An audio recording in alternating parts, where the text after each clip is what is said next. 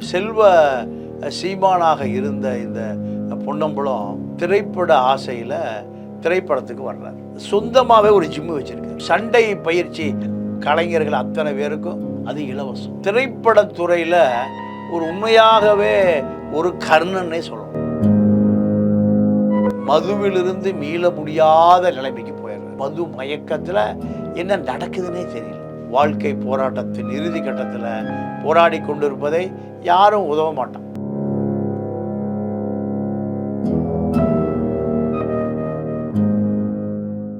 எப்பவுமே இந்த 90s ஹீரோக்களுக்கு ஒரு பெரிய மாஸ் இருக்குன்னே சொல்லலாம். எப்போ ஒரு டிபேட் வருது அப்படின்னா, இந்த 90s ஹீரோஸ் இருக்காங்க, 90s வில்லன்ஸ் இருக்காங்களா, அவங்களாம் வேற லெவல்ப்பா அப்படின்னு சொல்லுவாங்க. அப்படி பார்த்தோம்னா பொன்னம்பலம் அவர்கள் இவர் நடிவை பற்றி நம்ம சொல்லணும் அவசியமே இல்லைங்கயா. முக்கியம் இந்த நாட்டமை படத்தில் ஒரு லாங் டைலாக் வரும். என்னன்னா, தாய்களி மூச்சு வாங்குற மாதிரி பேசாத அப்படிலாம் சொல்கிறது.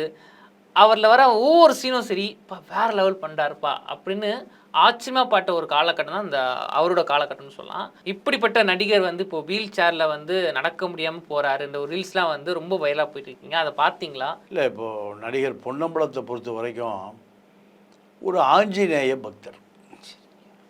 அதே போல் அவர் ஒரு பெரிய வைர வியாபாரி, பிஸ்னஸ் மேன். ஆமாம், பிஸ்னஸ்லாம் இது பொட்டிக்கடை பிஸ்னஸ் இல்லை, பெரிய பிஸ்னஸ். வைரம்னா என்ன, எவ்வளோக்கு விற்கிறது? ஒரு லட்சக்கணக்கான கோடிக்கணக்கான ரூபாய் வியாபாரம். அப்போது இந்த இவ்வளவு பெரிய ஒரு வசதி வாய்ப்பு, கோடிக்கணக்கான ரூபாய் பணம், இந்த செல்வ சீமானாக இருந்த இந்த பொன்னம்பலம் சினிமா ஆசையில் திரைப்பட ஆசையில் திரைப்படத்துக்கு வர்றார். வந்த பிறகு அவருக்கு இந்த வைர வியாபாரத்தை தொடர்றார். வைர வியாபாரம் கோடிகளில் பணப்புழக்கம் இருக்கும், கோடிகளில். அப்போ முழு நேர திரைப்பட வில்லனாக மாறிய பிறகு சொந்தமாகவே ஒரு ஜிம்மு வச்சுருக்கார். அந்த ஜிம்மு இந்த சண்டை பயிற்சி கலைஞர்கள் அத்தனை பேருக்கும் அது இலவசம். இப்படி திரைப்படத்துறையில் ஒரு உண்மையாகவே ஒரு கர்ணன்னே சொல்லலாம் பொன்னம்பலம். ஆமாம் ஆமாம். ஏன்னா கோடிகளில் வியாபாரம், மிகப்பெரிய பண்ணை வீடு, பல லட்சம் சம்பளம், தமிழ் தெலுங்கு கன்னடம் மலையாளம், இப்படி எல்லா படங்கள்லேயும் வில்லன் வேஷம். 300 மேற்பட்ட நீங்கள் எல்லா நடிகர் ரஜினி, சிரஞ்சீவி, இப்படி பல பேரோடு, மம்முட்டி, மோகன்லால், இப்படி தமிழ் தெலுங்கு கன்னடம் மலையாளம் ஹிந்தி படங்களில் கூட வில்லன் வேணும். இப்படிப்பட்ட நபர் எங்கே சறுக்கிறாருன்னா, இந்த திரைப்பட நடிகர்கள், நடிகைகள், சண்டை காட்சி கலைஞர்கள், ஒளிப்பதிவாளர், பாடலாசிரியர், இத்தனை பேருக்குமே பொழுதுபோக்கு மது தான். மது பழக்கம் வந்துடும். மது பழக்கம்னா நீங்கள் மூச்சு முட்டை குடிப்பாங்க. போதை போதை போதை, தலைக்கு ஏறிய போதை. இது எங்கே போய் நிற்கும்னா, நீங்கள் சிறுநீரகம் செயலிழக்க துவங்கும். கல்லீரல் தன்னுடைய பணியை செய்யாமல் நீங்கள் அதுவும் செயலிழக்க துவங்கும். இது எப்போ நடக்கும்னா, ஒரு 10 வருஷம் நடக்கும். கொஞ்சம் கொஞ்சமாக 1, 2, 3, 4ன்னு எப்போ ஒரு 10% மட்டுமே கல்லீரல், கணையம், சிறுநீரகம் நீங்கள் தன்னைத்தானே இயங்குவதற்கு, அது மனிதனை காப்பாற்றுறதுக்கல்ல, தன்னைத்தானே காப்பாற்றுவதற்கு அது போராடுகிற பொழுது தான் அது உங்களை காப்பாற்றும். அத்தனை செயலிழக்க துவக்கும். செயலிழக்க துவங்குற பொழுது தான் இவங்க எங்கே போகிறாங்க? மருத்துவமனைக்கு போகிறது. நீங்கள் முத்துக்குமார் ஒரு ஆசிரியருடைய மகன், நல்லொழுக்கம் கற்றுக் கொடுக்கக்கூடிய ஒரு பெரிய ஆசிரியர், பல மாணாக்கர்களை உருவாக்குவதில் நீங்கள் தன்னுடைய மகனை உருவாக்குறார். நீங்கள் அவர்கிட்ட ஒரு பாட்டு எழுதி வாங்கணும்னா, ஈசிஆர் பண்ணை வீட்டில் அந்த திரைப்பட தயாரிப்பாளர் என்ன பண்ணுவார்? ஒரு சாராய போத்தல் இப்போ 20,000 ரூபா, ஒரு பெரிய விலை உயர்ந்த ஒரு மது பாட்டில், பிளாக் டேக்னா கருப்பு நாய், ஜானி வாக்கர், ரெட் லேபிள், இப்படி விலை உயர்ந்த மது போத்தல்களை வச்சுறது. மதுவை குடித்தா சிறுமூளை செயலிழக்கும், சிறுமூளை செயலிழக்கும். அப்போது என்ன செய்கிறனே தெரியாது. கண்ணதாசன் செத்து போனது சாராயத்தில் தான். கண்ணதாசன் கடைசி காலத்தில் சந்திரபாபு செத்து போனது சாராயத்தில் தான்.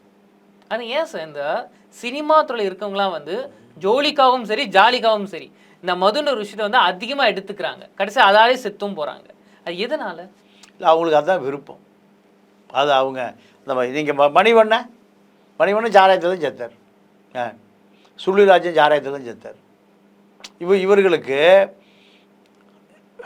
பொது அறிவு இருக்காது, சினிமா அறிவு இருக்குமே தவிர மது குடித்தா செத்து போயிடுவான், குடல் குண்டாமலாம்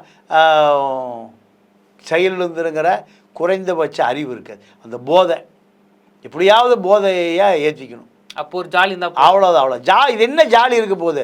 நீங்கள் மதி மயங்கும், அவ்வளோதான். ஒரு டிப்ரெஷன் காரணமாக எடுத்துக்கிறாங்களா? இல்லை, அது அப்படிலாம் இல்லை. அதாவது நீங்கள் அப்படி பார்த்தா எல்லா மருத்துவரும் போதை சாராயத்தில் தான் இருக்கணும்.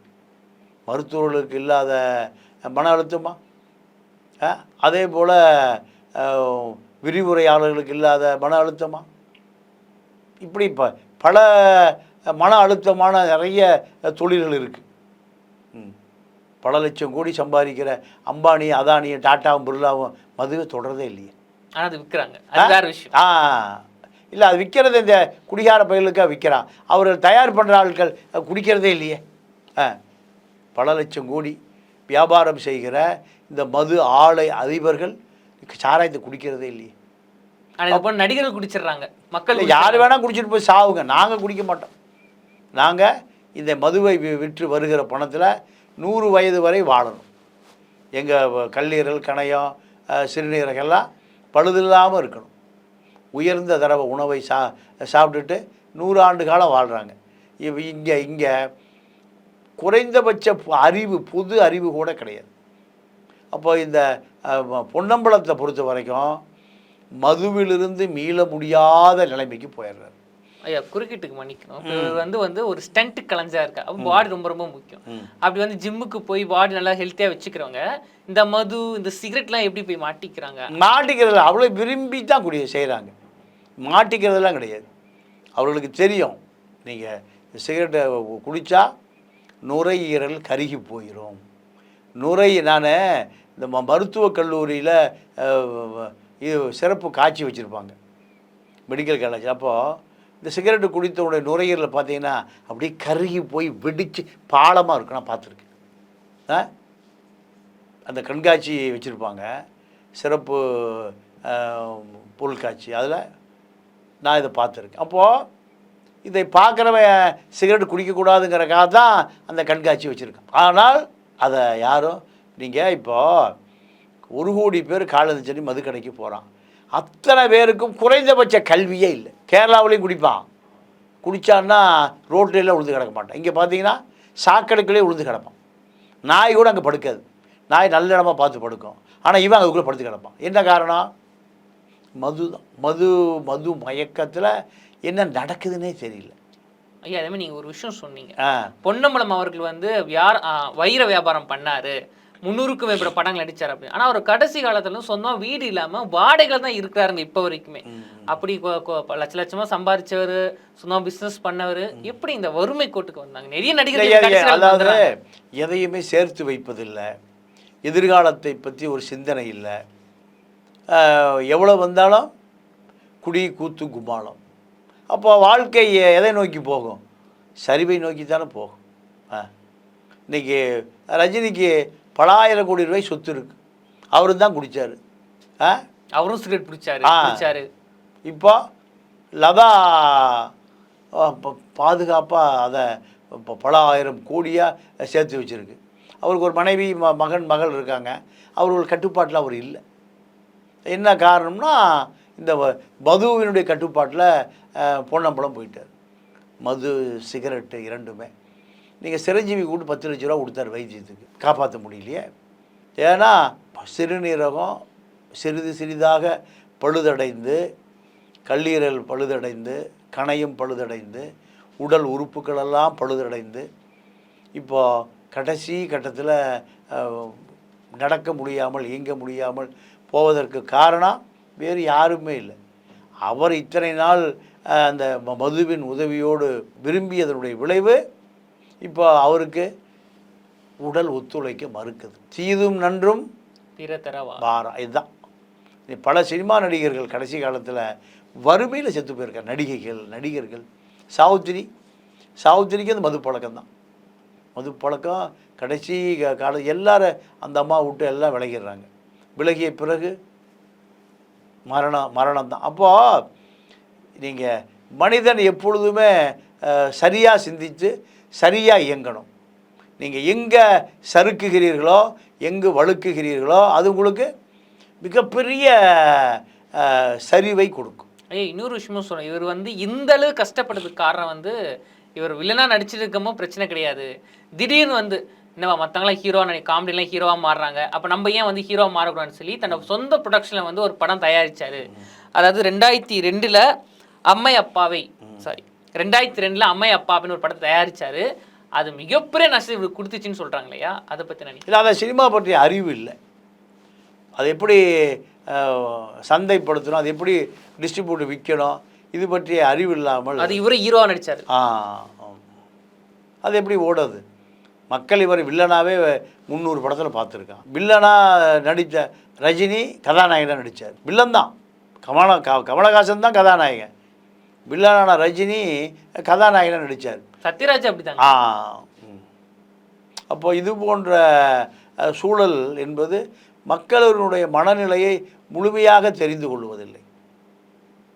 நம்ம எது நடித்தாலும் மக்கள் பார்ப்பான், எப்படி நடித்தாலும் பார்ப்பான், எதை சொன்னாலும் கேட்பான். இந்த மனநிலைக்கு வருகிற பொழுது மக்களுடைய மனங்களை உங்களால் சரியாக தெரிந்து கொள்ள கணிக்க முடியவில்லை என்பது தான் உதாரணம்.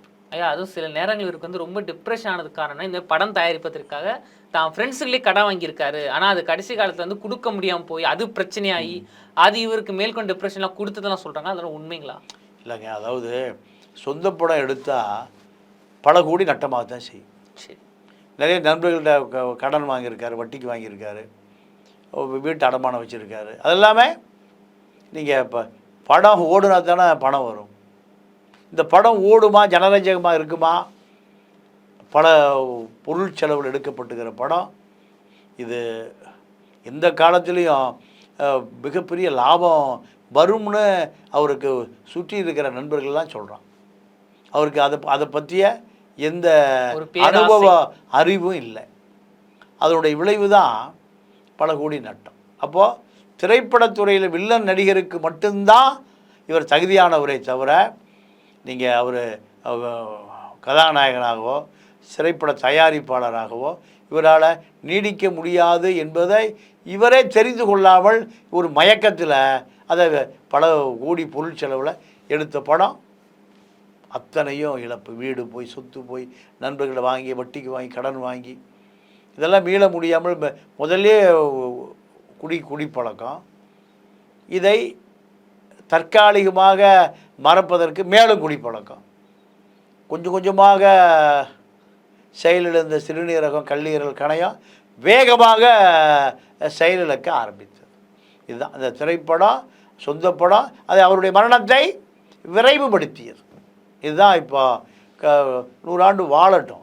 ஆனால் இவர் எதையுமே திட்டமிட்டு செய்யாததனுடைய விளைவு தான். பொன்னம்பலம் நல்ல வில்லனாக இருந்தார், ஆனால் நல்ல ஒரு சீரிய திரைப்படம் சார்ந்த ஒரு சிந்தனையாளனாக அல்ல, ஒரு தயாரிப்பாளராகவும் அவரால் மாற முடியல. அதனுடைய விளைவு தான் இப்போ மிகப்பெரிய வாழ்க்கை போராட்டத்தின் இறுதி கட்டத்தில் போராடி கொண்டிருப்பதை யாரும் உதவ மாட்டான், அனுதாபப்படுவான். இப்படி தான் பல பேர். போண்டாமணி கதையும் இப்படி தான். வில்ல காமெடியை இப்போ பல பேர், கதாசிரியன் விவேக்கு, இப்படி பல பேருடைய கொரோனா காலத்தில் மதுவை நிறுத்த முடியல அவர்னால. விவேகாலி, ஆமாம், பல பேருடைய திரைப்பட வாழ்க்கை முடிவுக்கு வந்தது காரணமே இந்த மது தான். ஆனால் மதுவை முடிவுக்கு கொண்டு வரக்கூடிய நபர்களாக இவர்கள் இருந்திருந்தால் இன்னைக்கு இவர்கள் காப்பாற்றப்பட்டு இருப்பார்கள். ஏன் விஜயகாந்த் அவரும் அளவுக்கு அதிகமான மது பிரியர்.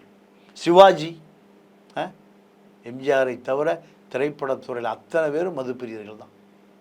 மது இல்லை கூட ரோபோ சங்கர் அவர்கள் கூட எடுத்துக்கலாம். ரோபோ சங்கரை நான் மரணமடைப்பதற்கு முன்பு வேலூரில் நடந்த நம்ம முக்தாருடைய நிகழ்ச்சியில் பார்த்தேன். இப்போ எல்லாமே கட்டுப்பாட்டை தன்னுடைய கட்டுப்படுத்தி வைத்திருப்பதில்லை. கட்டுப்பாடு என்பது தன்னை முதலில் கட்டுப்படுத்தி கொள்வது தான். அதை தவறினால் மரணம் கட்டுப்படுத்த துவங்கிடும். சரி, நன்றிங்கய்யா. தொடர்ந்து பேசுவோம். நன்றி, வணக்கம்.